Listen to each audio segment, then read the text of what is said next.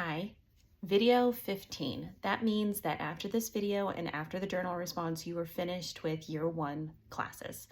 So this one's a fun one, it's an easy one, and it's also an important one. Today we are going to talk about accidents and substance. Now, the church has very unique language that it uses when it discusses things like what the Eucharist is. And so many of us, when we are receiving our first communion, we are taught that the substance that we are receiving is the body of Christ. Okay? Now, if I ask you, what is the substance inside this plastic bottle? You're probably going to say, water, H2O. Yeah, that's correct. So then if we say what is the substance that this bottle's made out of? It's made out of glass. Okay, that is not the way the church uses the word substance. If it was, then we would say, what is the substance of the Eucharist? We would say carbohydrate, it's a bread. Okay, that's not how the church uses that word. Now, if I were to ask you, what is an accident? You would say, well, an accident is when someone doesn't quite make it to the bathroom, or an accident is something that occurs by mistake. It's bad. An accident is always basically a bad thing. I guess there's ways you can make it good, but in general, the word accident is a negative. Again, this is not how the church uses that language. When the church discusses what the Eucharist is, it uses language from Aquinas and Aristotle. For Aquinas, substance was something's essence.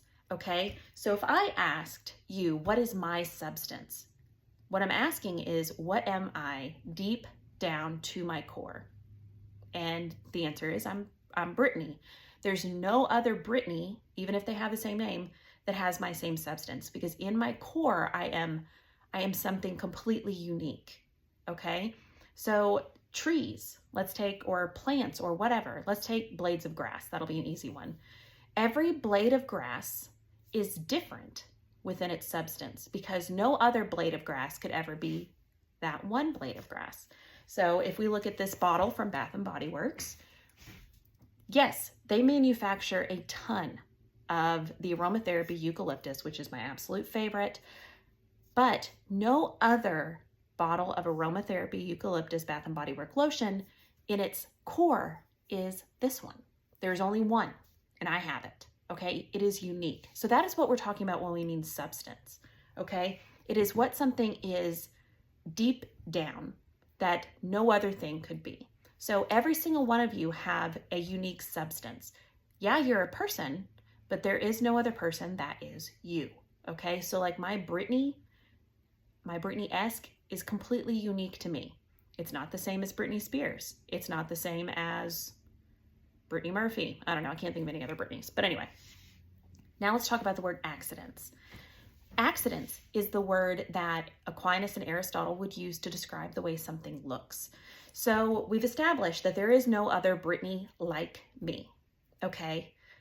Now there's girls with blonde hair. There's girls probably with this t-shirt. I know there are, but there's there's girls with tattoos, but they're not me to my substance.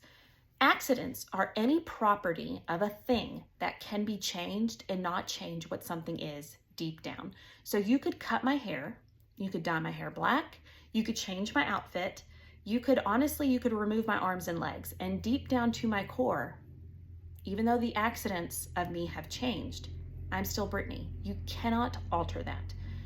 So now let's talk about the Eucharist. This is the language that the church uses to talk about the Eucharist. Unfortunately, we don't always do a very good job defining our terms because a lot of kids even get very confused because they were told I'm told this is the body of Christ, but when I go up and I eat it, it's bread. Yeah, it is. This is how we describe the Eucharist. The accidents of the Eucharist do not change. They always remain the same. The accidents always remain the same. So that means what it looks like, what it tastes like, what it smells like remains the same.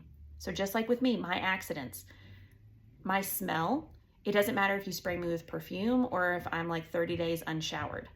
Those are accidental properties. They do not make up my substance. So we're talking about the Eucharist.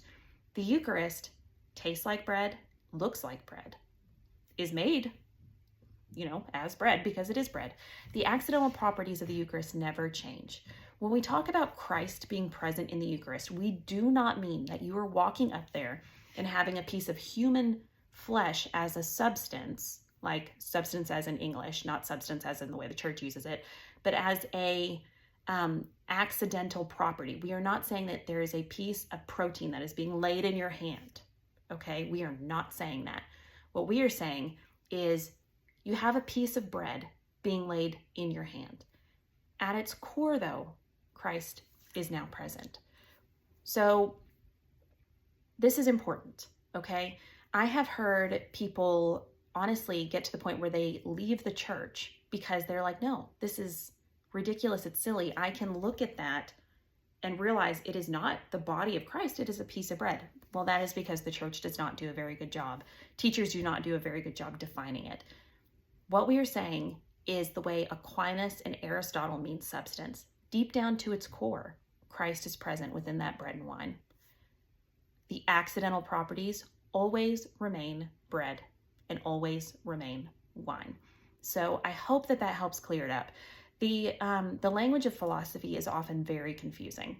And I will say that when I took my first philosophy class when I was in grad school, it was like learning a foreign language because every word, like, how we use accidents and substance, in English, those words do not mean what they mean the way the church uses them or the philosophical way that the church defines things, okay? So hopefully that's helpful. What I want you to write about in this very short video, in your prompt, in your journal, is replay it back to me. What does the church mean when it uses the words accident and substance?